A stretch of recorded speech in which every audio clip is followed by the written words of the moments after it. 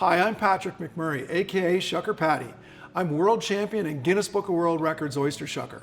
I always like to say, a little bit of protection first. I shuck with a stainless steel glove.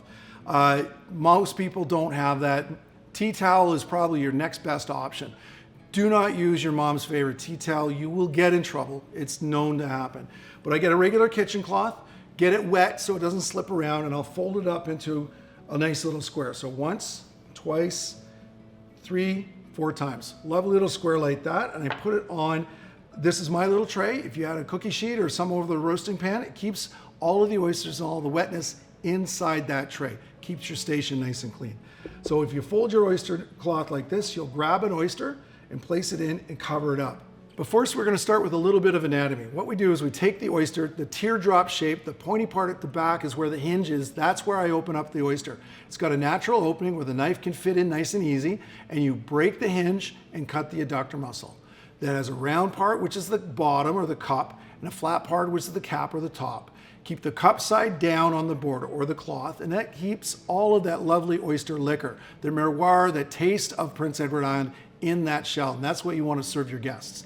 So cup side down, covering it with the cloth to expose that hinge. Hold on to it with a lot of force so it doesn't wiggle around, nice and tight, so that when you take your knife into the hinge and get a little turn, like a key in a lock is what you're looking at. You're not trying to force it in, you're trying to do a wiggle in, key in a lock, and then pop like this.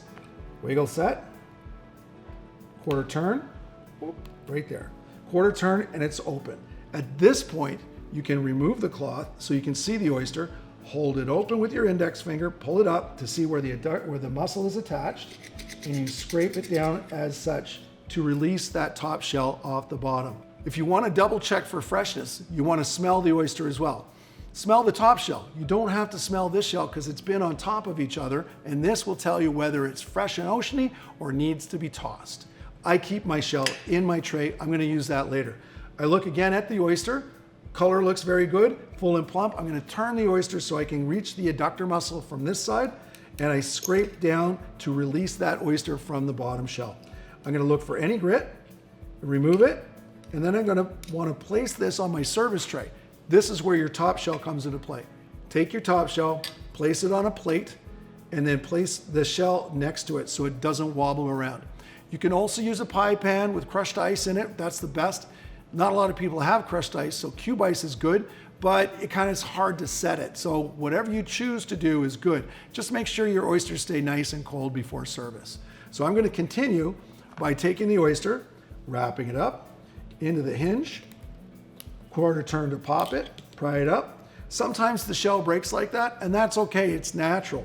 The oyster shell grows from the inside and sometimes is weak at the adductor muscle, and while you're prying it open, it might snap in half. The easy way of taking care of that is holding down on this side here, come underneath with the knife, come across to just sort of pop that top part off and scrape the rest out.